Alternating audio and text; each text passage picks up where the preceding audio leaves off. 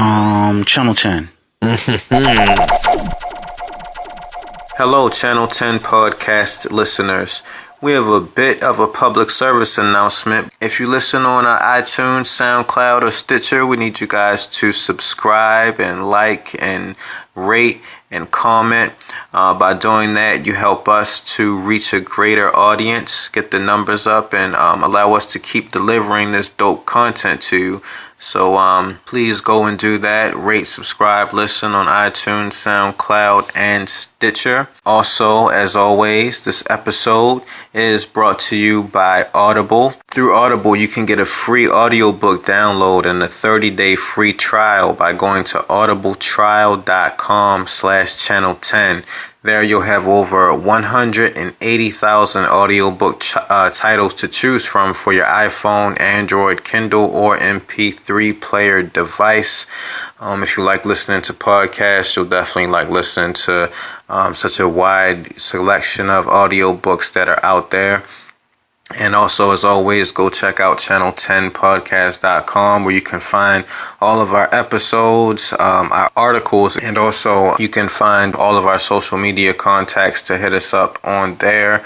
And also you can support the podcast by shopping through our Amazon link, which is at the top. So with no further ado, public service announcement over. Let's get into the show. We used to be like CNN Channel 10.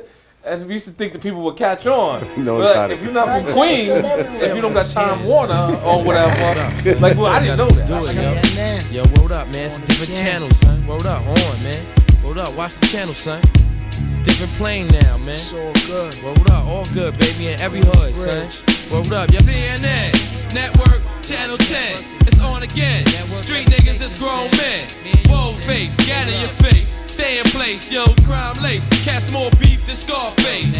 CNN, Network, Channel 10. It's on again. Street niggas, that's grown men. Bold face, gat in your face. Stay in place, yo. Call is now being recorded. Welcome back to the Channel 10 podcast.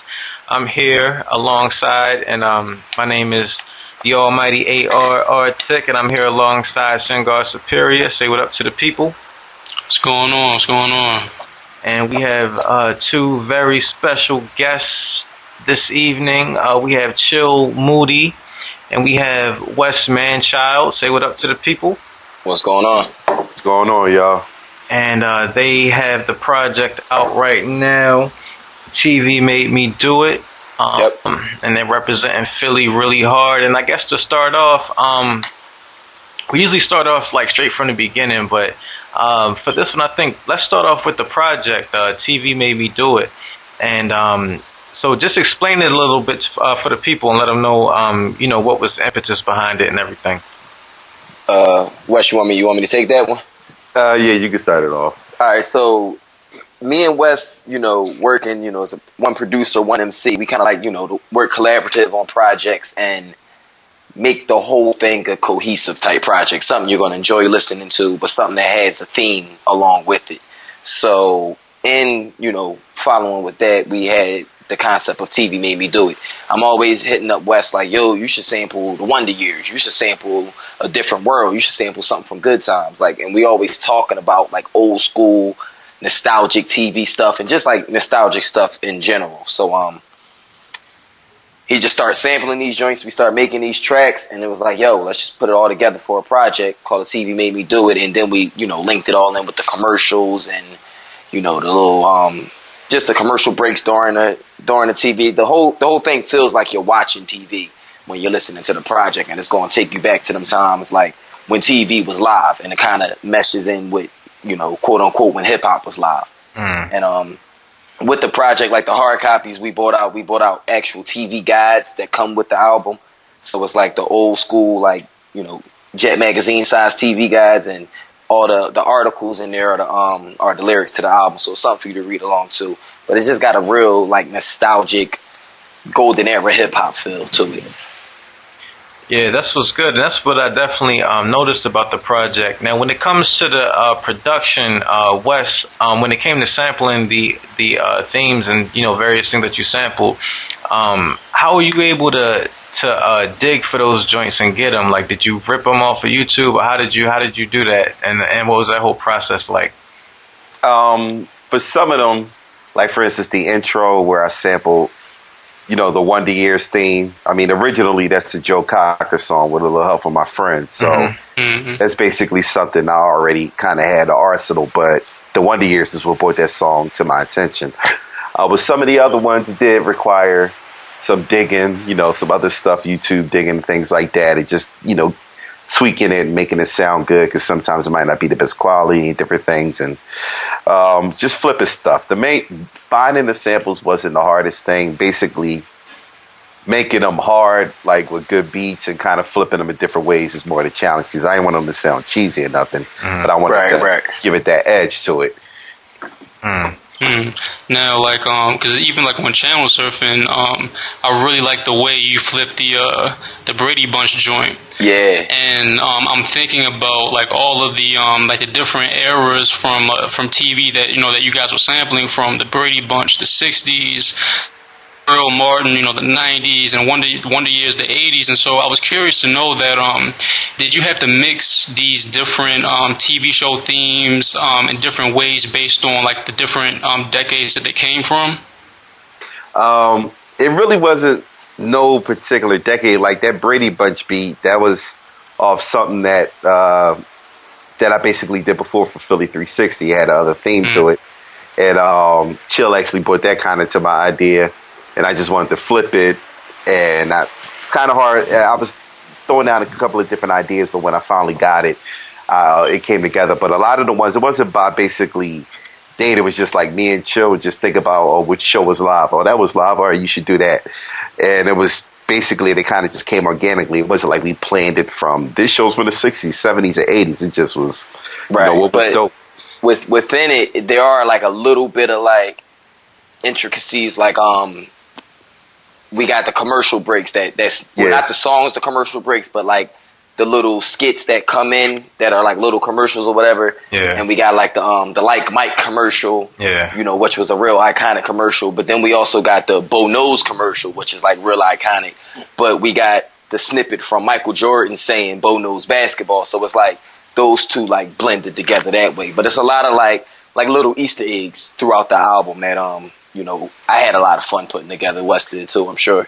Yeah, a lot of stuff that probably the casual person won't catch, but it's kind of like our own little nerd out type of thing to it. Yeah. Realize how all the things go together. It's like, oh damn, because it was stuff that we did that Chill brought to my attention as we ride around, listen to it. I'm like, damn, I didn't even realize that. And he just got this little smirk on his face, like, yeah. So that's my favorite shit. Yeah, it's stuff that I don't even catch on it. So it's all little hidden things out there. That's what's up. Now throughout the whole process, like, were you guys in the studio together, like kind of co-producing everything, or how did that process work? Because you guys seem like you have really good chemistry together. I think we did recorded the project in maybe 3 sessions. We did 1 session with just me and Wes, with Wes engineering, and just laid what I like to call the skeleton for the album. And we figured out what we needed to fill in, figured out what we might need to take out or whatever. But we did that together, and we rode around to that for maybe a month and a half, just riding around to what we thought might have been close to the final product. Mm-hmm. Then we, took it to Milk Boy, a producer named Joe Logic in Philly, or engineer named Joe Logic, and sat with him, and we, like I said, it was 2 sessions with him, and just pretty much re-recorded everything. And then the post, once all the songs were done, I kind of went in with a bunch of post editing ideas. I can't produce or anything, but I got a bunch of ideas, the Mike commercials, or that's the sequencing of the songs and things like that. So those things, we sat and did together. But other than that, it was 2-3 sessions and a bunch of text conversations and stuff like that. Now, go ahead. Now, so with your whole writing process and everything, did you write some of these songs while watching TV or anything like that, or the songs that you made, were these thoughts that you just had while watching TV in certain periods of time during the time making this? every joint is different. So I mean, like something like a Hoist Gracie. He sent that song to me, and it was just the beat, and I'm like, yo, I was just watching these old Hoist Gracie highlights. Like, yo, he really was the livest MMA fighter. I'm gonna make this song called I'm gonna name this song Hoist Gracie, and I kind of like embody that whole, he a slim boy, he a little boy, but he'll fuck something up, and I want to show them that on this beat. Like, some people might think something different because sometimes I do some shit for the ladies or whatever. But on this one, I want to go in. Don't judge a book by its cover type thing, and that was the whole embodying what Hoist Gracie was about. Kind of ain't nobody could fuck with him at the end of the day. So. Like things like that, I'm watching highlights and thinking of things like that as I'm writing them. But then other joints, it was just like self-explanatory. Like, all right, this goes along with the song. Let me write that. Like the Whitley Gilbert joint. It was like guy meets girl. The girl's kind of bougie. The guy's either from the hood or just not necessarily up to her standards. But he's still fucking with her, so he's trying to get her. And so every joint we approach different. That's what's good. And when it comes to like your writing style, like one thing about Philly that I always appreciated is that Philly is like the home of the spitters. Like there's very few rappers that come out that just aren't just with the bars and everything like that. And I was wondering, like, just with your style in general, you go in, but then your style is a little bit different to me as well. And like how you said with the Hoist Gracie joint, like you just kind of wanted to do the go in thing. And I was wondering, like, with you coming up and everything, how was your style like influenced by Philly? And like were you involved in like the battle scene, or what type of artists did you encounter when you were coming up and things of that nature? Well, during that whole like battle scene, DVD scene, like that era of Philly rap, I was in college, so I was away at school. And, I was still, writing rhymes or whatever. I've been writing rhymes like forever, but I wasn't engulfed in that era. So I was, writing rhymes, but I'm writing songs and I'm trying to perform and I'm trying to get on college radio. And, I got different goals of mine. I'm not trying to be on the DVD. So I kind of missed that era. But when I got back to Philly, it was like, all right, I've been rhyming a little bit in college. Let me really, put my feet to the ground with this. And I'm not going to say a step above everybody, but I was in a different lane automatically than everybody because everybody was either still with that DVD battle mindset or just getting out of it. And I was, never in it. So I graduated college in 2009 and I was on the radio in Philly by 2010, like with songs I was recording in the basement at my pop's crib just because I, understood how to make a song and how to format stuff and, how to censor myself when need be and things like that, whereas other guys didn't even care about, I guess, the whole business of it, because what turns out to be the business of it, they didn't really care about that. So I feel like I always stood out in that aspect, and it wasn't like a conscious decision, it was just the environment I was in. Now one thing that I've been impressed with is your business sense and your acumen. I mean, your resume is very extensive. I probably didn't even see everything that you did. And one thing that we were wondering is, what was your major in college? Originally I was a psych major, and I fucked all of that up. And then Wes laugh at the story all the time. I tell him the story all the time. Like I went to college on a full academic scholarship, and lost that shit within a semester and flipped my major around and was like, this psych shit ain't for me. So I graduated with a degree in speech communications, public relations as an option. Okay. But I always had I always wanted to do marketing or advertising or things like that. Like, I always just like thinking outside the box and putting together ideas and just, just doing fly shit. That's what's up. And Wes, you went to college in Atlanta, right? Yeah, I went to Clark, Atlanta. Okay. What was your Wes major? Went to Hillman. He went to Hillman. I mean, they did film that down at AUC, the scenes from World and all that.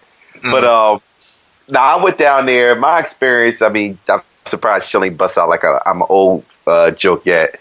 But I went to school, don't even start, man. But I went to school, yeah, I knew you was about to start. But I went to school down there basically at like a weird, well, I think it was probably the best time.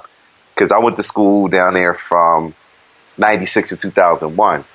So that's basically, I was there for when the South first blew up. Like when Master P and No Limit and all that blew up, that was my freshman year. Like my first day in school, ATLians came out. So yeah, that's my first day in college. So I was there for that era. I seen the Hot Boys start. Like I seen all the origin of what hip hop is now then.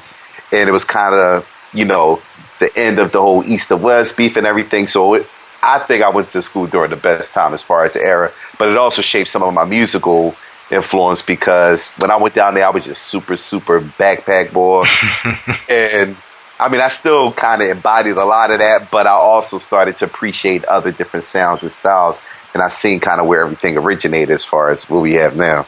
That's what's up. Yeah, you know, if I had to say with your production style, it seems like with your percussion, it seems kind of, you know, Southern-esque, for lack of a better word. You know, like especially with commercial break and how you do everything like that.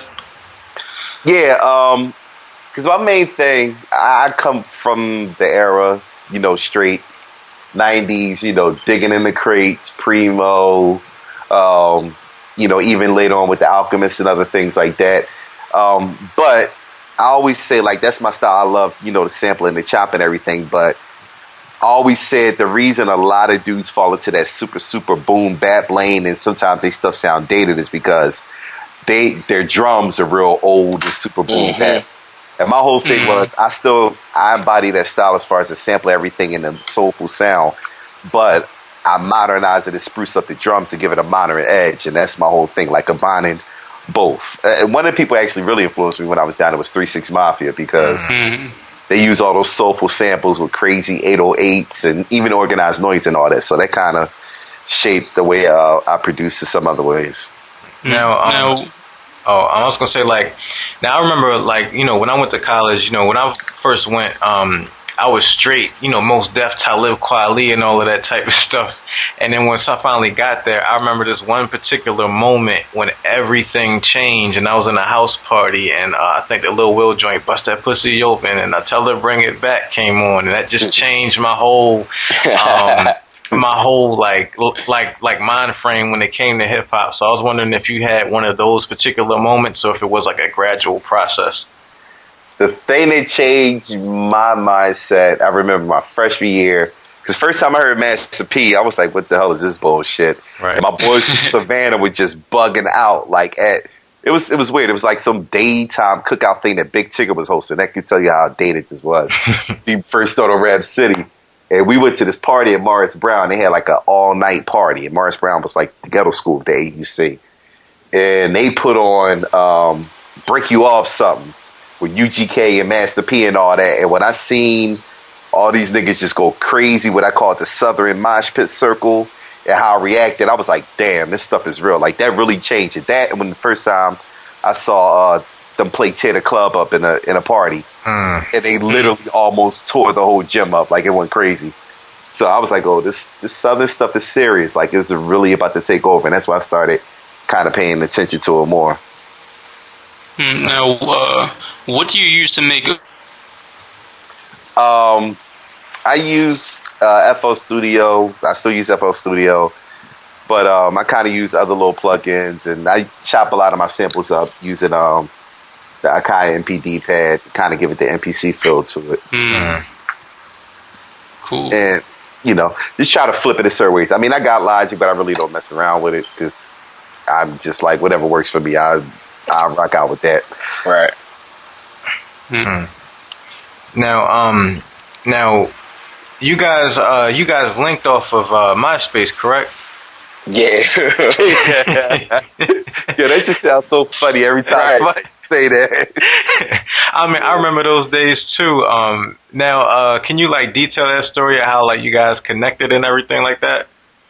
His homie D had reached out to us. It was myself, an MC named Antoine Davis, and another MC named Boogie Mandela, and a producer named Hank McCoy. And together we were, you know, the establishment. That was the group. And they were on the way back from Atlanta. Wes and D, they lived in Atlanta at this time, and they were coming back to Philly, or they might already have been back in Philly, but they had spent some time in Atlanta. And we're kind of looking for some Philly cats that was doing it, but that had like this style that they thought would carry us into what they call Philly 3.0. So you think of Philadelphia International and Gamble and Huff and all of that as the first phase of Philly. And that might can go all the way up to like maybe like a Will Smith. And then you take and the Roots, and then you take like the second stage is like the State Prop era and all of that. They were looking for, you know, Philly 3.0, P3. And they reached out to us and reached out to Antoine Davis actually and start fucking with his music. He comes to me and was like, yo, these dudes hit me up on the MySpace from Atlanta. And I'm like, that's a scam. Who the fuck are these guys? Like, whatever. They corny, whatever. And then they sent us a song. And remember, Wes, we were just listening to this joint the other day. They sent us a song from one of their artists. And Hank, who wasn't the rapper, he's a producer. I'm like, Hank, you should get on this verse. Because I was still being an asshole. Like, I don't think these guys are serious. So we wrote this funny-ass verse for Hank. And he sends it back to him. And it's got, like, Gucci Man ad-libs and all kinds of, like, ignorant, like, just dumb shit. And I guess they thought they knew we was playing or whatever. And then I started hearing Wes beats. And I got to meet them. And I was like, oh, no, these guys kind of just like us. Like, they cool as shit. So we just all clicked like that. And me and Wes got together on a project called Wes Chili. And that was the first project we did together. And then we were doing a bunch of records after that. It's funny because the intro on Wes Chili is a song called The Price is Nice, which he sampled the Price is Right theme song. And, you know, he's in the beginning. This is Wes Williams, Chill Moody, come on down. So it's like we've been on that TV shit like since we linked for the first time, which is kind of weird. I mean, it gives us something to really like connect on. I remember back in the day, like watching TV Land. I don't know if y'all watched that, but you know, I was a big fan of like everything going back to like I Love Lucy and Taxi and stuff like that. Right. Yeah, and so you know, I definitely appreciate the project on that level.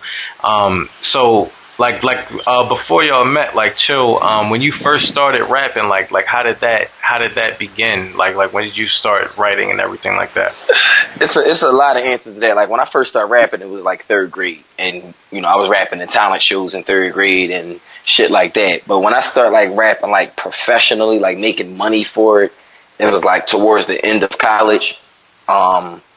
In my first show, I got $15 and we bought cookies and 40 ounces and we was good. Like I was a professional rapper at that point. My peoples had came out to the show and that was that. But I was like, I wasn't whack, but I was rapping about some bullshit. Like I was lying and I was selling this and killing that and all of this other bullshit. And my cousins always told me, because I like originally rhymed to fit in with my older cousins. And they just sat me down when they was like, yo, you lyrically are there, but that's not you. Like, you got a scholarship. Like, you know, that's not you. Like, you're not selling this. You're not shooting that. Like, so be you. And that kind of changed everything for me. So going into college and, you know, on the way out of college was when, like, everything really picked up.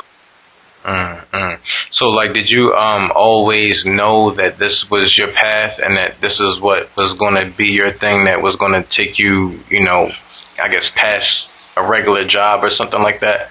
I always knew I ain't want no regular job. I'm not a worker.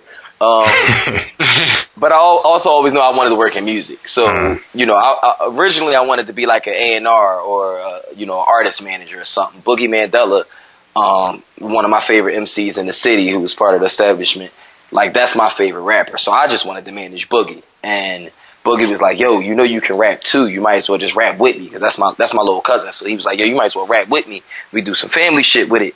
But I just always wanted to be behind the scenes, and it just so happened that rap picked up for me to enable me to make enough money and everything to pay my bills, and now I can go behind the scenes and do things like I just, you know, started the label and things like that. So it was just a matter of time before I went back to what I originally wanted to do. And Boogie Mandela, he's on Casey Jones, right?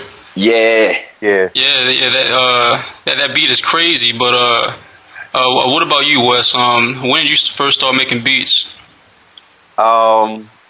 It's kind of weird because in college I used to like DJ. Like my roommates were DJs. I mean, they went on to, you know, be the affiliates and the academy, like, you know, Drum and Sense and all of those are my boys back in school. So me and DJ Sense were roommates. Like, we lived together for 3 years. His equipment was always in there. So I actually started DJing while I was in college. My first attempt at beats were actually just come home for the summer, going to Sense his mom's basement, taking old records back. Because I always had that ear for old music because I was always in the samples even before I made beats. And I would just like have breakbeat records and just use the Gemini sampler, the mixer, the 8-second sampler, and just sample different parts and put breakbeats to it. So that was in college. Then my other roommate had an MP, so I started messing around with that, but never really got into it. So I always kind of had an ear for it, like worked on a little bit of stuff, but it was mainly probably like around when I really fully started going into it, like probably like around 04, 05. Like basically when Fruity Loops, people started getting on the Fruity Loops. After I found out that Knife wanted to use that program, I was like, oh. Because Little Brother was like the end all be all when they first came out with the listen, and I was like, finally, somebody making my type of music that I want to hear. Yep. When I found out where he made those beats on, I was like, all right, let me try this out. And my first ever beat I tried, I sampled. I still remember. I didn't even try to play around with the plugins. I was like, what program can I do? And I sampled the Silvers, We Can Make It. And that was chopped it up very first try. And from then on, I just been, you know, rocking out with all the different versions. I started with like version 3 back in the day. Oh, yeah, I remember that. We all started on version 3, I think. Yeah. Correct. So, going back to that Casey Jones joint, though, how Boogie got on that, like, that's another one of them, like, little Easter eggs we throw in there. Like, the whole concept was like, you remember Casey Jones from the Ninja Turtles or whatever, he always just came in, fucked shit up, and then he left. Like, it was like a spinoff. Like, that one episode was just always about him. So that was kind of the whole idea with getting Boogie to come on there, because it's like, you know, this beat is like something different than I would do. It's like, let's just put Boogie on it, but let's only put Boogie on it. Like, this whole episode right here is about him. And he come through and do his Casey Jones 1, 2, and then he just dip right out, in and out. Now, when it comes to your label that you started, is he one of the artists that you have? Nah. Right now, we actually just signed our first artist. It's an artist. Her name's Rachel Wong. That's like exclusive information. Like, the contract actually just went out today. But named Rachel. Her name Rachel Wong. She's I don't know how to describe her sound. It's like popish, but it's like soul. But it's some dope shit. I'll email y'all the track. Oh, cool. When we get off the line. But she got a project coming out called Getting There later this year. Maybe probably in the next month. But it's just a digital Nice Things Music. It's digital distribution label through iTunes and all digital platforms. But it's like, you know, originated through iTunes. So just a way to kind of like build some infrastructure back in the city of Philly, so people ain't got to necessarily always got to leave Philly to make it, or leave Philly to go get a deal. Like, you can actually come to Philly to get a deal. And that's just was my whole plan behind all of that. And this is all in-house production with our album going on? Yeah. Actually, the whole project was produced by Joe Logic, who's the engineer of the guy that engineered and recorded TV Made Me Do It, Joe Logic, and a producer named Dilemma out of Philly. Okay. Now you're the music ambassador of Philly? Yeah. Okay, how did that come about? Councilman David O, which is one of the councilmen here, started an initiative, or reached out to me to start an initiative called PHL Live, which is kind of like Battle with the Bands meets, like, I don't know, it's like an award show, but it's like a battle with the bands. But I don't know, it's just something that he put together where it's like every genre of music can get involved, and we just really just trying to uplift the city and show what talent we have in the city. So he reached out to me to kind of be like the ear to the streets, more or less, you know, making sure all the artists were taken care of, making sure that the right artists were involved, and making sure the word was out to the right people. So we had press conference at City Hall, and they, you know, named me as a Philadelphia music ambassador.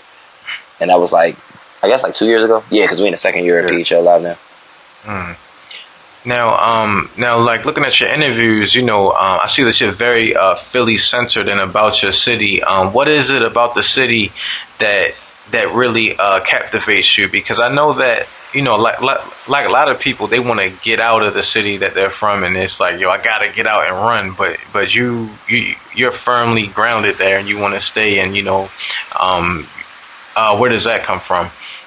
I think it's my upbringing, really. And nobody never really asked me that. I'm thinking now, but I think it's my upbringing. Like I went to Overbrook. Overbrook, is home of Wilt Chamberlain, Will Smith. Right. So I'm coming up under these guys, seeing that they went here or whatever. Guyon Bluford, just like knowing things about my city and how much live shit came from Philly. It's like, why would I ever want to go anywhere else? Then on top of that, it's like, why aren't we getting the respect that I feel like we deserve? Like, it was times where, Muhammad Ali lived in Philly for a time. David Ruffin lived in Philly for a time. Like, people used to come to Philly and just this is Philly. Like, I have to be here. And it's not like that anymore. And I really feel like it should be. And I feel like I'm in a position where when it turns back into that, I'll be at the forefront of it. It'll be like, yo, chill, help turn this city around. Like, it ain't got to be all me.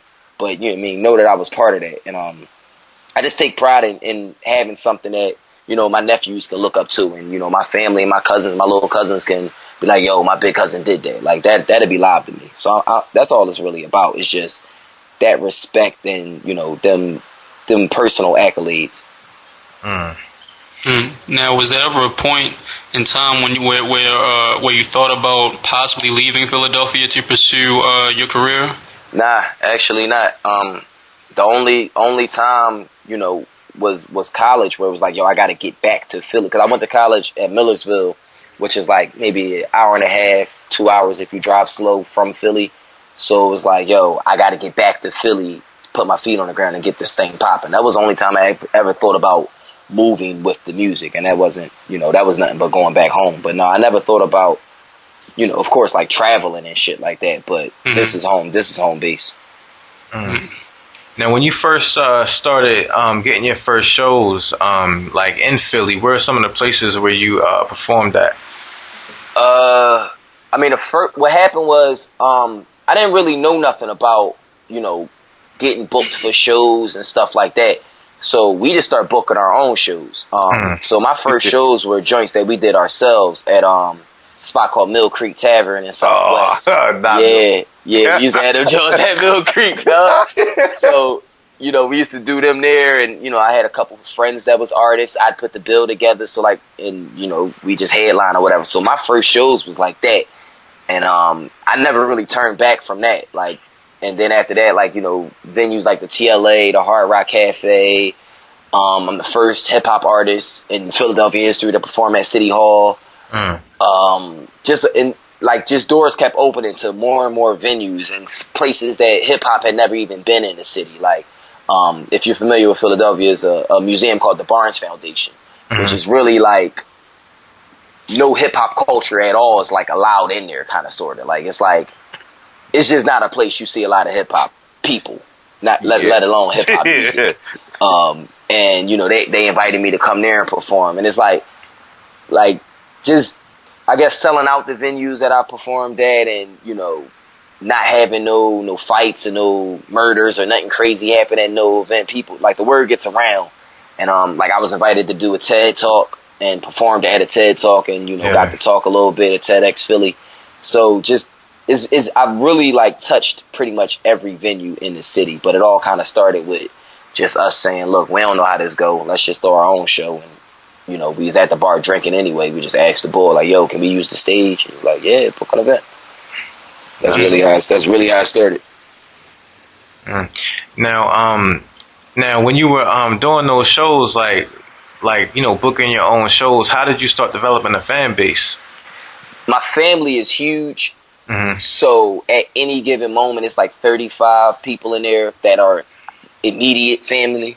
My aunts, my cousins, and, maybe go as low as my cousin's closest friends, who is basically family anyway. So that's 30, 40 people right there anyway, from the jump. And these ain't big venues. These is, 125 max venues. So from the beginning, the shows are looking packed. and you know, I had merchandise. Like I had everything that looked like I was an established artist from the beginning. And I think like the second or third show, because before then we were just I put the whole set together on a CD. I was using like Cubase or something. I put a whole set together on a CD and just go there and put the CD in the house system. And I think the third show was when my DJ Ricochet, he was the house DJ for the night, and you know, he's been my DJ ever since. And that was 2009. So, but the fan base, it just grew from that. And then also being away at college, you know, when you go home from college during, you know, whatever break it is, or whatever, it's the summer break, whatever, everybody goes home to somewhere else. So if I'm getting it popping at school, everybody's going home to talk about, you know, this kid Chill Moody that's getting it popping at school. By the way, he got a show in Philly. Everybody's close to Philly, or, you know, in Philly or whatever. So it's like pulling fan bases from all the college, like my college constituents or whatever, was pretty easy too.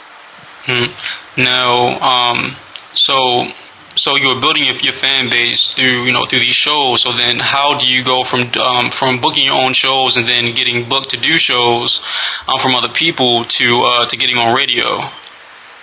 The radio thing happened from it was January 2nd, and they just started the new show on Philly radio. It was called Philly Home Jams, and they were 30-minute show, middle of the night, and they were just about putting on for Philly artists. And this guy sent me a Facebook message. It was similar to the MySpace thing. Like, he sent me a Facebook message, and I thought it was bullshit. I'm like, I never even heard of this guy. Like, he's not gonna play my shit on the radio. I sent him a song, and next thing I know, I'm up there. It was actually me and Freeway went up there, and they played our music and interviewed us, and it's been like a snowball effect since then. Like, I built a good relationship with the people at the station, just because we had common interest in making sure Philly was where it's supposed to be, and built a good relationship with these people. And it wasn't ever hard to like get in contact with them and like, yo, check this out. And it wasn't like, yo, we grew up together, played my music. It was, yo, just met you, but check this out. This shit is dope. If you like it, play it. And it's been that type of relationship with the radio, with all the stations, since then, pretty much. Now, I guess this goes for both of you, because you just mentioned Freeway. What other, I guess, Philly artists do you have relationships with? And like, build with and do stuff with? Cause I did see your video. You did a track with Freeway and stuff like that. So like, what other artists like do you work with or communicate with on the regular? Especially you being the ambassador and Wes, you being the producer. Pretty much everybody. Like, it's nobody I can't get in contact with or doesn't know me or hasn't co-signed me. Like, I've been co-signed from everyone from Questlove to Meek Mill. So you see how different they are, but everyone in between that, I've been co-signed by. Done a Roots Picnic a couple times. I got a track with Schoolie D. Me and Schoolie are real cool. Me, Schoolie D, and Tone Trump did a track actually called West Philly, and there's a video on YouTube for that. It's really not somebody that I've not talked to or not had a chance to build with or make music with. At this point, and it's always been just organic stuff. Like, I never had no friends in music before I started making music, if that makes sense. And for you, Wes, what other artists do you work with? For the most part, I kind of work with kind of in-house people. There's some other outside folks that I work with from time to time. I mean, I've done some stuff with Philly people. Like, I remember I did the intro of I forget which one it was. I think it was one of Neef albums, Forever Do Me For. Right. I think it was. Yeah, I did it, and I did a couple of joints with him actually on another mixtape. Did some tracks, a couple of stuff. I actually got some stuff in the works with the kid Dosage, who's doing a project with Jazzy Jeff, who's one of my cool little young boys. But also, like, a lot of underground artists for the city, even some of the established ones. Like, I kind of got little things where, contact me, supposed to link up and do some work or some stuff, is either in the tuck or things like that. But a lot of cases, I kind of keep it homegrown. I like to do, because to me, I like to do whole projects. That's my thing. So it'll be some times where I send some people some stuff and they be like, yo, I need, people to see me out of this show if I'm with shows. So I'm like, yo, send me some stuff. But I'll send a few things out to certain artists. But my thing is I really embody and really like to do projects, whether it's like a small EP or it doesn't necessarily have to be a whole album, because I really like that whole organic foundation of building something together, kind of seeing it out. I guess another question for both of you guys. I was curious if you guys know anything about tiles that are all throughout Philadelphia. Say it one more time. The Toyn B tiles. They're like these little tiles, like in the middle of the street, all throughout the city. I don't know. I don't know anything about that. Right. Okay. All right. Well, I'm asking because I heard about the Philly rapper Lush Life, and he made some type of like 10, 12-minute song dedicated to these tiles that are all throughout like various cities. Supposed to be, I think that they were originally made in Philadelphia, and I know that Moody, you're from West Philly, right? Yeah. And there are about like 9 of them all throughout like the street in certain areas in West Philly, and even some I think by City Hall, since you're there quite a bit. Right. And you said tiles? Yeah, they're like they look like a license plate, in a sense, but then they may have like some type of like weird philosophical saying on it. Oh, you talking about the they like plaques a little bit, like the yeah the blue and yellow joints. Yeah, like you talking about the street sign joints, West, that it'll say like American Bandstand was recorded here. Oh, the historic joint. Yeah. Oh no. Not them. Not those. Like these things are literally embedded in the street, like in the middle of a street, and they're from like cars just like driving over it like for years, and they like appear like in the mid '90s or something like that in Philly. I'm completely lost. Up on that. I can't really lost. Now you're gonna have me looking in the street when I'm walking around. Yeah, I'm like, I'm gonna have to look down. I can send you guys a link to it. Yeah, I'm familiar with Lush Life too, so I can check for it. But yeah, I know. Oh, okay. No idea about that. I thought he was talking about the the plaque joints that be like the historical market joints. Yeah, historical market. Yeah. It's about time you had one of those too. And one of the things that I wanted to ask you about is just your whole marketing and the way that you're able to get like certain sponsors and things like that. Because I saw that you have the Ben and Jerry's thing, and then the Jameson thing, and then you have like your own line of water and everything like that. So, right. How are you? Able to flip the rap into these other type of branding opportunities, especially as an independent artist? I don't know. I've always been a type of person, like you put me in a room with somebody, I'm gonna get done what we need to get done. I know how to speak to people. I treat people with respect, and I carry myself in a way where you wouldn't be afraid to latch your brand onto me. And it's a conscious effort. The music is, if you listen to TV, maybe doing like really listen to it. I didn't even curse on a whole album except like once during like an ad lib or something like that. And that's like a real conscious decision, based solely on the fact that my mom is promoting my music to her coworkers, and I don't want to be like, fuck these niggas on the fucking album. So when she's passing music to people, so I think they see that and they understand, more or less this is the safe rapper, and that's been ways I've been able to link with certain brands where hip hop hasn't been. And then in other instances, it's just providing product that is proper, like that you would, like I said, you wouldn't mind latching your brand to this. So Jameson sees me drinking their product all the time. When I finally reached out to them, like formally, they let me know they had been watching me for 2 years. I didn't even know that. And they were like, yo, we're fans. Like, we've been watching you for 2 years. We like the way you've been moving. And they invited me to perform at the Bartenders Ball. And now they sponsor pretty much anything I need them to do. The Ben & Jerry's thing was just the most random shit ever. Like, it's July 4th. I'm on a parkway. We got, the big Wild Wild Welcome America Festival. and I walk past this Ben and Jerry's truck, and I'm an ice cream fanatic. I'm like, fuck, I'm gonna get some ice cream. Go over there. Next thing I know, they tweeting me. Chill Moody just came by the ice cream truck to show us love, whatever. And I'm like, damn, why they ain't say nothing then? I could have got some free ice cream. Like, let's pay $7 for this scoop. Like, but anyway, they I tweeted them back. They followed me. I hit them in the DMs, and they like, would you like your own flavor? I was like, huh? And he's like, well, we got this program where we do custom flavors. You got we know you got a scholarship that you're building, because I got, I'm started the Nice Things Foundation. I got a Nice Things scholarship for incoming freshmen at my alma mater, Millersville University. Next fall it's going to start. So they reached out to me and was like, yo, we do these benefit nights. You make your own flavor.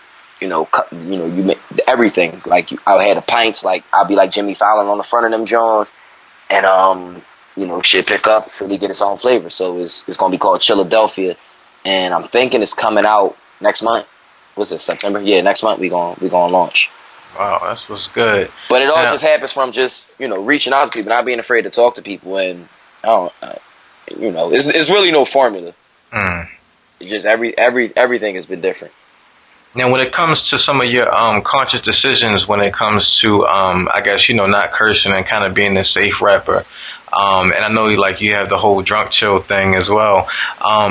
Do you ever feel like you have to, I guess, compartmentalize your personality into different boxes?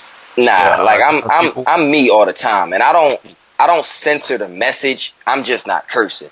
So I'm still talking about drinking and smoking weed every now and then or whatever, but I'm just not being vulgar about the shit. I'm a little too clever to even have to do that. Like, it takes a little bit more to go around the easy way out and just be like, just dropping F-bombs all day. So I'm not, censored in the message, but it's just I don't use the vulgar language because it sticks out, and people are wary of putting hip hop in certain places anyway. So the first thing they hear, even if you threw one in there, they gonna hear that because that's what they was waiting for anyway. So I just understand all of that.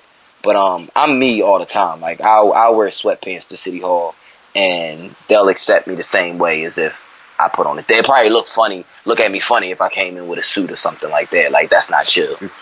And yeah, so people, like Wes, remember y'all used to tell me I had to stop wearing flip-flops on the game. Like, I wear off that book bag and wear a Gucci bag. Nigga. I put on a book bag and some flip-flops and ball shorts. My socks don't match, ball shorts, and that's just what I do, and people accept that. But the drunk chill shit was just, more of a marketing ploy than anything. But it really was just, I was sounding off on rappers one day, and I didn't want to offend anybody, so I just was like, I'm drunk. What can y'all do? I actually made that Twitter at a bar on my man's iPad. I was like, let me see iPad real quick. I'll make a new Twitter, and I made Drunk Chill. Now, when it comes to voicing your opinions about different rappers and things like that, and your opinions on hip hop, because I know that you like, I guess, more lyrical based hip hop and stuff like that. How sensitive are you in your opinions and voicing them in different venues and things like that? Not really censored at all. Like, if something's whack, that shit is whack. But my musical taste is really eclectic. Like, it's especially as far as hip hop. Like, I'll recite a whole Mos Def album and then recite a whole 2 Chainz album. Like, I listen to everything. So I'm not gonna be like, oh, I hate this new Gucci Man that came out. I fucking love Gucci Man. But some shit I just don't like, and I'll even say it. And, the only, I guess, censored thing comes in is if, I'm not gonna sound off on Twitter on no Philly niggas or nothing like that. Like, you take care of that in home. Like, I'm not gonna ever, in-house, I'm not gonna ever, stun on nobody from Philly. But, I sound like Cameron. Was like, I give you some niggas from DC, but Harlem is home. I'm still gonna be the king. I'm still gonna be the king when I go home. But that's how I feel. Like, you take care of that in house. But I'm not really censored in my views because I'm a fan first. So what can you say? I'm not this shit's not hot to me, or this shit is hot to me. Like, I show people love on Twitter all day that I have no ties to at all. Like, I'm a fan. I can't help it.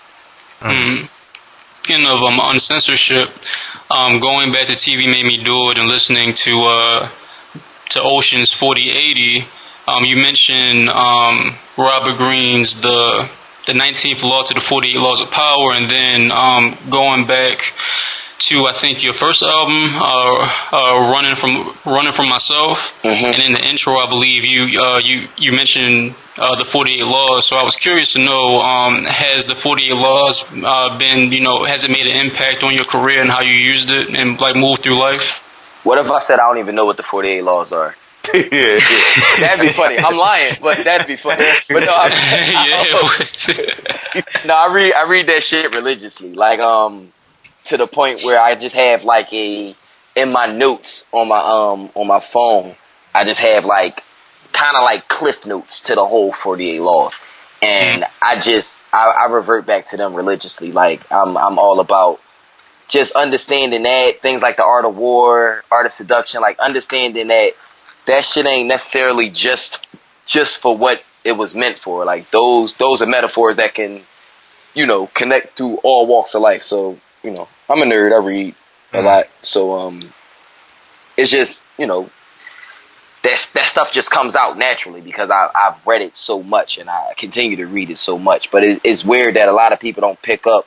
Like that's a overlying theme in a lot of my music. Like I'll go back to them and to those laws in a lot of bars until I use like all 48, and then I'll be like, all right, I've used them all. Yeah, because like even like on I was curious to know like on Facts of Life, that whole story. Please tell me that shit was like it was just a story. Hey Wes, you want to tell them? I got this, man. Oh man. All right.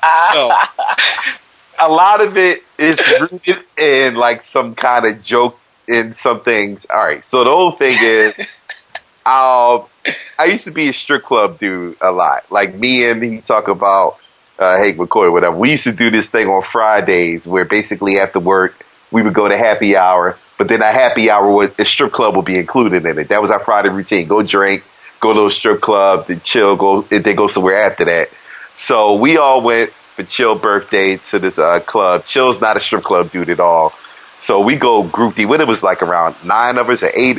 It was Bird birthday. It was Bird birthday.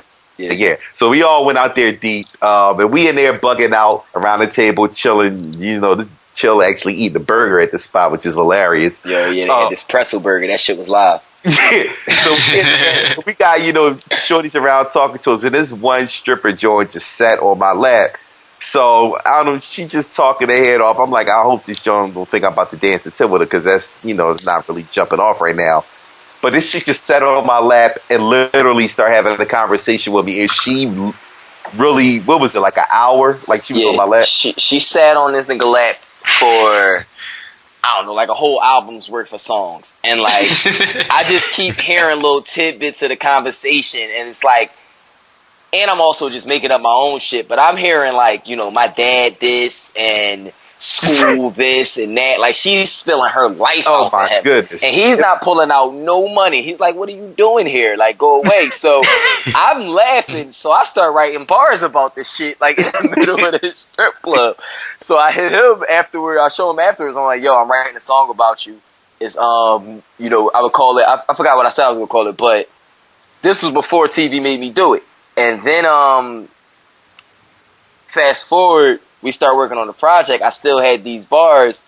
He sent me that beat, and it was another story from another one of our friends who will go, nameless. Yeah, but a lot of those other stories in those verses, resonate with him.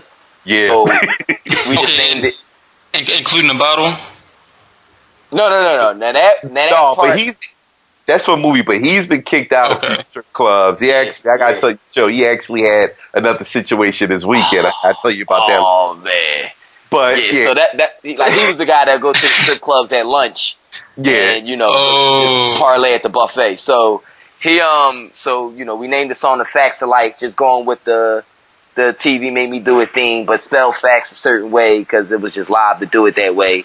And after the song was laid, I was like, yo, I gotta add this Players Club shit because it kind of reminds me of that, and that's where the whole bottle incident and all of that came from. Kind of put that whole, you know, when the bull was following her home and shit like that. But yeah, that song had.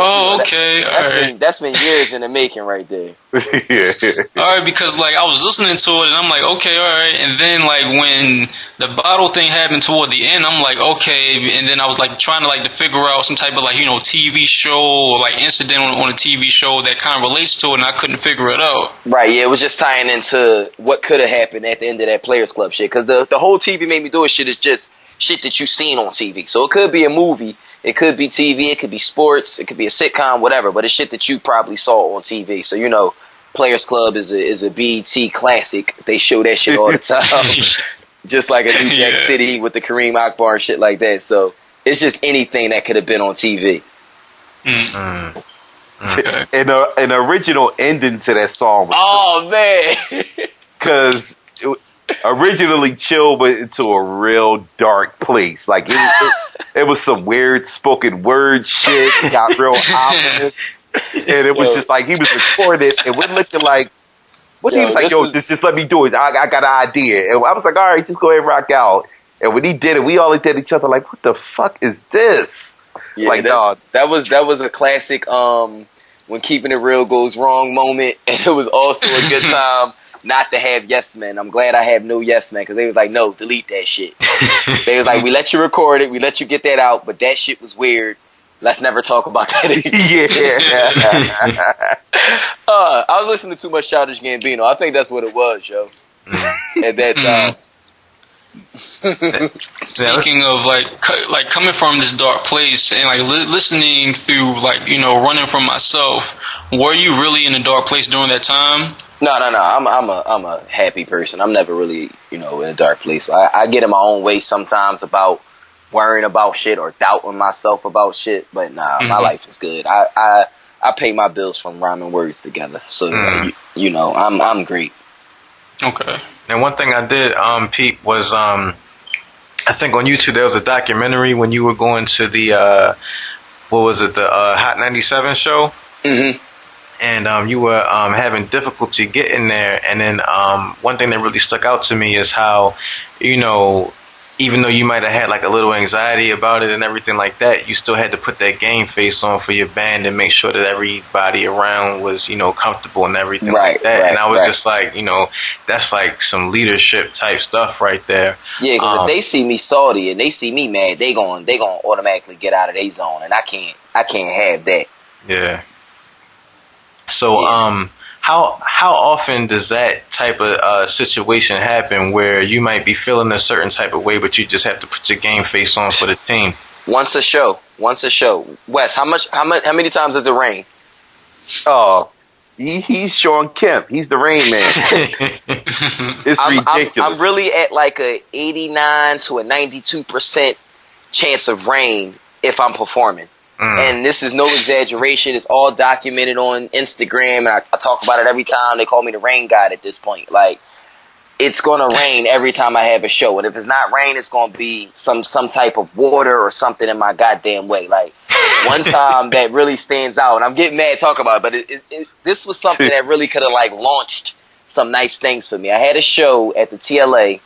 It was myself, Rhapsody, Jay Electronica, and Common. Damn. That lineup is fucking sick, and the show was sold out. So I'm walking into a sold out performance with me, Rap, Jay Elect, who hasn't performed in Philly since I think the first Made in America, and Common. And on top of that, my keyboard player, you know, helped put Common's band together, and my homie from West Philly DJs for Common. So I know Common's gonna watch my set, and I know everybody's, you know. I've met Rhapsody a couple times. She's probably going to watch my set. So I'm like amped for this. I'm headed to sound check. 2, maybe 3 o'clock in the afternoon. Headed to sound check. I get a call from my cousin. She's like, yo, the TLA, the venue is at, the TLA is flooding. I'm like, what do you mean the TLA is flooding? Mind you, it's a beautiful day outside. No rain, nothing. I'm like, wow, everything's finally looking up for me. Like, let's go.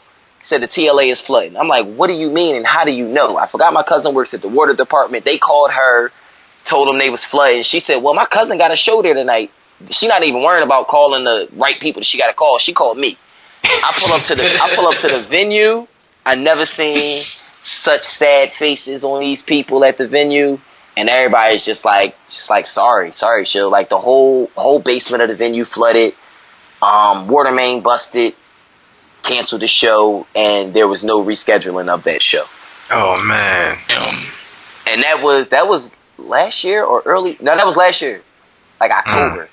Yeah, and there was no rescheduling of that show, and that was really going, set me in a good trajectory, because the day after that they had a show in New York, and my plans was to kill this one, get invited to the New York show, and then go on a tour, all of that shit. But water fucks me up, and I try to keep the gang face as best as I can, but that one right there hurt me. I was upset in there, and everybody saw it, but it was no coming back from it.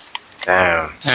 So, what about your performance at the Roots picnic and this fan biting you on the arm? Have you met this fan ever since that happened? No, never seen that. Never seen that girl again. That was a crazy night, and if you see I got a video on YouTube talking about it. Bath salts was out around then. I thought something was going down. I thought she was on zombie mode right then, and I was nervous as a motherfucker when she bit me. But I was trying to make sure the fan was cool. Like it was like, and that was another time with water. Like it rained. Oh, it was a monsoon at the goddamn Roots picnic while I was performing, and right when I was finished, maybe like 20 more minutes after that, nothing. Before I went on stage, nothing. While I'm on stage, pouring down rain. I'm like, yo, I don't believe in coincidences. That worked in your anyway. favor, though. Yeah, now that time it worked in my favor because, it was already, say, like 2,000 people in the tent, but Major Laser's performing outside, so everybody else is outside. When it started raining, everybody came in, and next thing you know, it's about 5,000 in that tent, and I'm, and I'm rocking. I'm in prime mode right then. Billboard magazine wrote about me and everything then, so that rain worked in my favor then, but it's still just funny that the rain just continuously just follows every time. That's crazy. It rained in Cali when I went out there to perform for the Grammys this year. It rained in Cali last year. Rained in Cali, Hollywood Boulevard. I'm standing out there and it's fucking raining, and they like, yo, it hasn't rained here in months. Like, what are you doing? Rained this time when I went. I ain't performed, but I was out there. It rained. It just rains all the time. You could save California. Yeah, I'm about to that's say. What somebody. Yeah, that's California. What they did. I should start just marketing it and just going to do the rain dance everywhere. Rained in South by Southwest. It rained in Texas when I performed. A3C rained down there when I performed. It legit rains every time I do some major. Like I say, like 89 to like 92%. Well, you do have your own line of water, so you market it by saying that you're the rain man or some shit. The water came in the middle of all of that. And that was just like we might as well. Shit, the water's following me. We might as well. But that started as like, a branding opportunity. The company reached out and they were like, we want you to market our water. And I'm like, I'll do it, but I need my own like bottle. Like I need my own signature like line of it pretty much. So it's all natural, artesian water, bottled at the source. That's like commercial mode chill. But it's like a 8 pH, whatever the livest pH is that. It is. It's the livest. It's the best one. Whatever one you. No, but this shit is live. It said they got it at Whole Foods. Come on, man, my water popping. Live pH. Man, all you need is Most Def to like come out during one of your sets and perform and do a New World Water. That's all you need. I got a funny Most Def story. Oh man, I was with Most Def when he recorded was it his Niggas in Paris freestyle? I'm trying to think of what freestyle he did off Watch the Throne. He kind of like came in Hove and Beyonce a little bit in it. But I was with him then, and that was my first time like really meeting him and everything. And a couple weeks after that, he came to the Roots picnic, and we're backstage at the Roots picnic. We talking, and I had gotten to a slight altercation with somebody at the Roots picnic, and I'm telling the story, and Mos is there listening to the story and everything. And he's cracking up, and he looks at me. He's like, "Yo, you remind me of this nigga named I God." And I said, "Who?" And he said, you remind me of this nigga named I God. He grew up around us. He was the first nigga I ever heard use the word diss. And I'm like, huh? He's like, why you dissing me? Like, disrespect. He was the first nigga I heard say that. But he was a little nigga like you, but he had a lot of heart. So you remind me of this nigga named I God. I'm going to call you I God. I'm like, yo, this is fucking hilarious. It's me, Mos Def, and Freeway. We went to eat or something after that. People like, yo, what is Chill doing, Mos Def, and Freeway? I'm like, I'm I God, nigga. What do you mean? I'm out here. Now, do you, like, you know, when you meet people and, you know, you say that you're a fan of music and everything, have you ever had, like, a crazy fan out moment? I'm trying to think when I fanboyed. I fanboyed twice. Once, which was bad. Rest in peace, Sean Price. Oh, man. Sean P reached out to me on the Twitter. This was years ago. And, you know, I hit him back or whatever, and, you know, he DM'd me, we should do some music, whatever. And I just went straight fanboy mode. I'm like, yo, here go my number, hit me up. I got an idea for a track right now. Boom, boom, boom. I'm like over the top, and like it didn't happen after that. And then like a little bit later, like a couple years later, we crossed paths again, and like it was more organic then, and I was a little bit more relaxed at that point, and I ain't really fanboy on him like that. And it's crazy because we were working on music the week before he passed. Man. Me and Wes actually we just recorded the track to send up to him, and it might have been like a week, maybe like 5 days, and the news came out, and me and Wes was just like, damn, like we just was talking, because we was going to go up to the what ended up being a memorial show, but it was the album release party. Like we had plans for all of that shit, and the news came, so that was kind of crazy. But I met Ed Sheeran last July 4th, not this year, but last year. And I sat and talked to Ed Sheeran for about 30 minutes. I don't remember what I was talking about, but the Jameson. I was tripping that night. That was the next day I started my 100 days of sobriety. Because I woke up with pictures with me and Ed Sheeran and me and the mayor. And I didn't remember seeing the mayor the night before.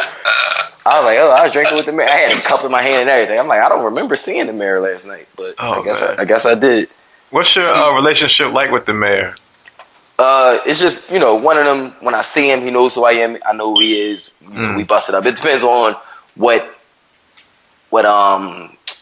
atmosphere we in. You know, if it's at City Hall, it's at City Hall, and it's just a quick handshake. How you doing? How you been? Keep it moving. But if it's like, we was at the party, the Roots after party for July 4th, and that night, like, everybody was loose, but I got a little out of hand. Cause I'm forcing everybody to take shots, and I'm just...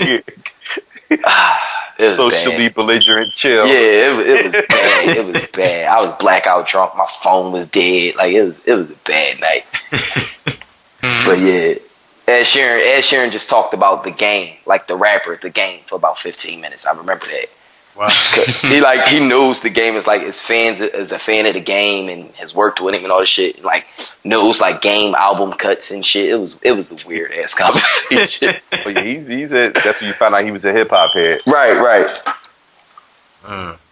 That's crazy, man. Any collaboration prospects in the future with Ed?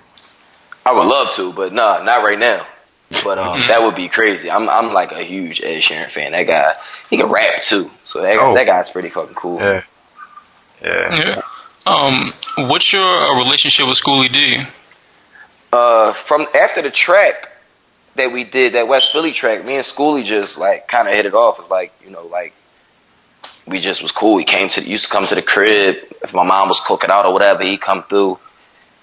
This guy is a dessert fiend. Like, he loves all desserts. Like, so he's big plates of cake and all kind of stuff. But Schoolie is like, I think, other than like, it's like Questlove, DJ Premier, and Schoolie D, and like Young Guru are like the best storytellers, I think, in hip hop. Like, Schoolie got so many stories, it's ridiculous. And like the focal point of the story would be like, I don't know, something about some sneaks he copped, but he'll throw something in there like, yeah, so it's me, Prince, you know, blah blah blah. But anyway, I had these kicks on. Like he just throw shit in there like that. I'm like, what do you mean you was with Prince? Like, yeah, I was always with Prince, but whatever, that's not important.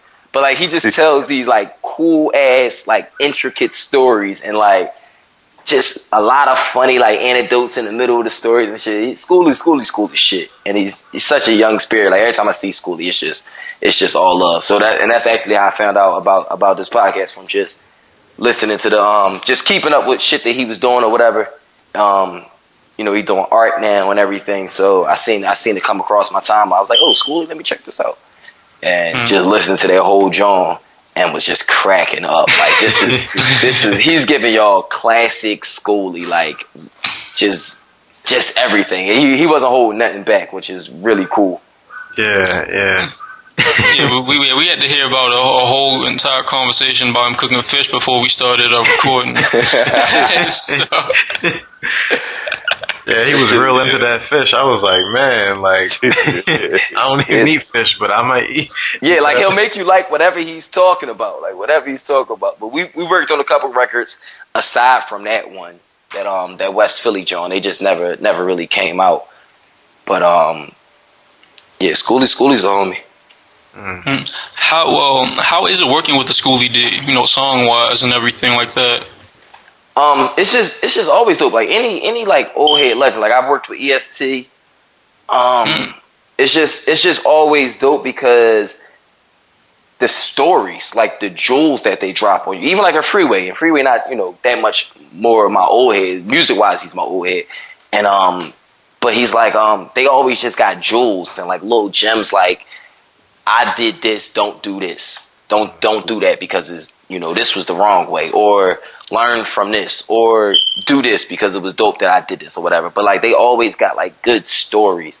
And then these guys' work ethic is like, you know, any Philly like legend or whatever, they got, you know, good, really, really solid work ethic. Like Schooly's just in and out doing this thing. Freeway came to the studio at, I think it was 7:45, maybe 8 o'clock in the morning. Played the song for him. He listened to the beat 2 times and just went and laid the verse. Never wrote nothing. Had never heard the beat before. Nothing like that. And he was just like, and it was one take. And then he was like, yo, that's cool. And I'm like, the fuck you mean? Yeah, it's cool. Like, he did the ad libs and he was in and out. Like, well, I played them an album after that, but like it was like a quick joint. EST, that guy's a fucking genius. Like, this guy's pen is crazy. The way he formulates shit is dope, but like I just like sitting around talking to these niggas all the time. Like they really, really cool old heads. Now what's next on the horizon for you? Because I know you have the label, and it's funny that you said that that, you know, originally, or not even originally, but you know, you kind of wanted to be kind of behind the scenes, and now you're starting your label and you're pushing artists and stuff like that. So do you have like another project that you're working on, or you're more focused on your business ventures? I focus on everything at the same time. I got ADD, so I can do everything at the same time. So I'm, you know, pushing these projects from these artists I got, you know, in the chamber coming up. And really just focusing on TV made me do it right now. We coming into what me and Wes want to call like the fall lineup. Like, you know, our TV got its summer lineup and the fall lineup. So in the fall version of TV made me do it, you're going to see more visuals from the project. Got a November Funk video coming out, a video for channel surfing, and working on this video for I Can't Stay, which is really, really going to be cool. Like, I wrote this really good story for the video, so that's going to be dope. But it's going to be like more visuals. We got a track by track like breakdown of the whole album that really, like, I think people that like the album are going to love these track by track breakdowns, because like it's just me and Wes uncensored talking about how we came up with this shit. And it's funny because we did it track by track. So like by like track 9, we already drunk. We started drinking before we started recording, and we're drinking gradually throughout the whole thing. Yo, it gets funny. So I can't wait to see that. Yeah, I think we're gonna drop them on like on Apple Music. I'm working all of that out now. But when those come out, I think people are gonna really just come back to the project, and you know, even if they haven't had it before, they're gonna go get it, and if they got it, they're gonna listen again. But the fall lineup is really gonna be focused on getting it outside of Philly. So you know, going to DC, going to LA, going to Atlanta, and like having little events where we could talk to the people and share the project with them or whatever. And aside from that, I'm always recording new music. Me and Hank are working on new shit. I'm working with Critical on some things. Just working with a bunch of artists, writing stuff, trying to get placements with the labels and things like that. But everything, I'm always just doing so much shit. Now it seems like because I noticed you have like a lot of videos, a lot of content, and just a lot of things going on. It seems like your team is really strong. And I was just wondering if you could speak to like some of the people that you have around you and how you kind of structure everything. It's a weird question. Let me think.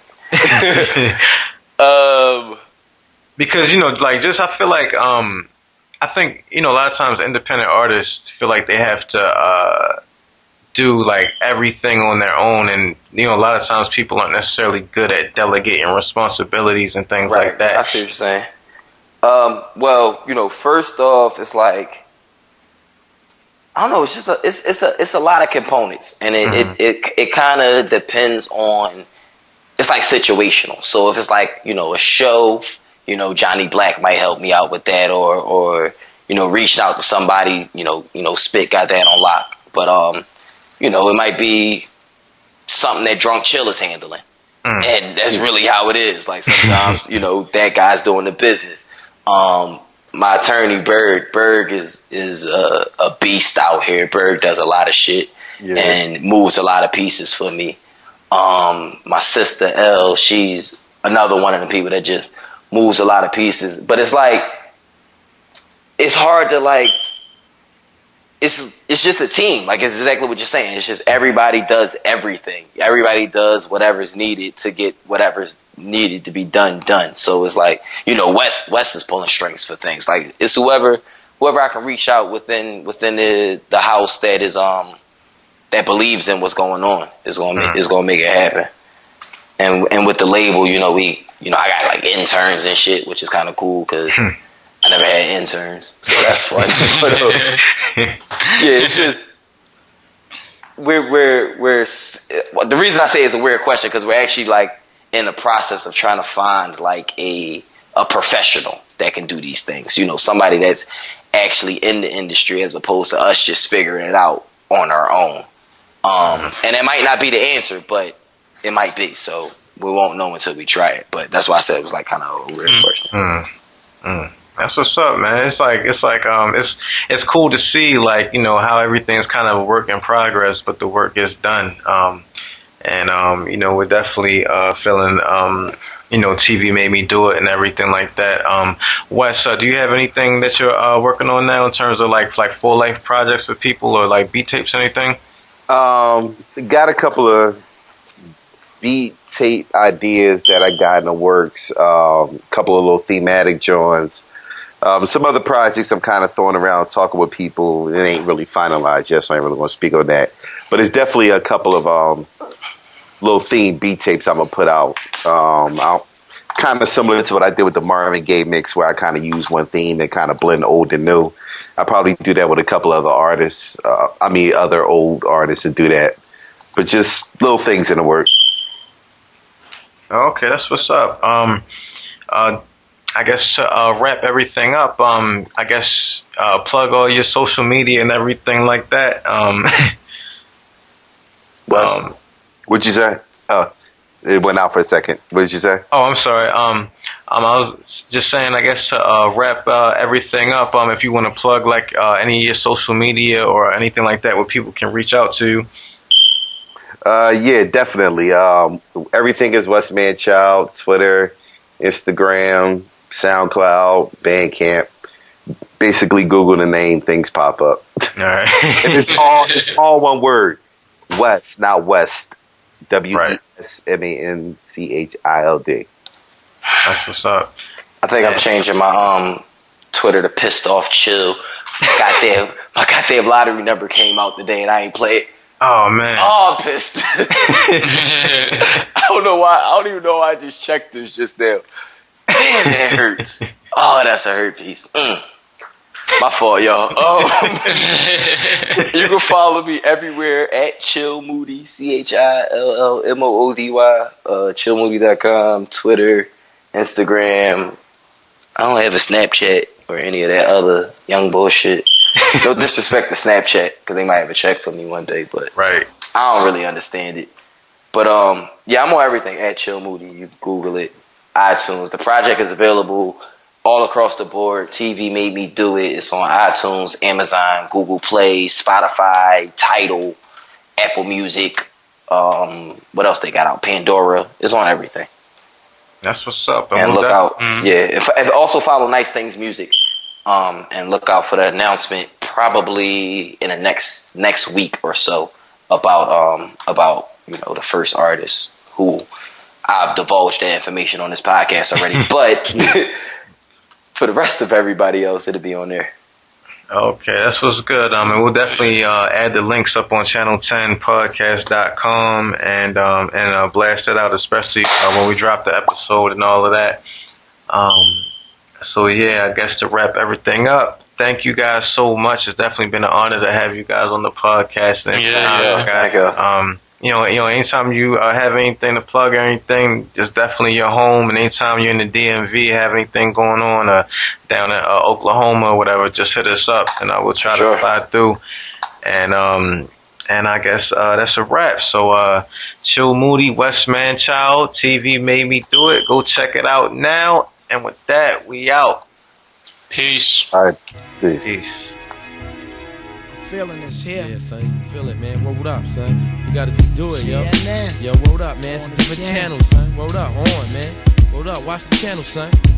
Different plane now, man. It's all good. Word up, all good, baby, in every hood, son.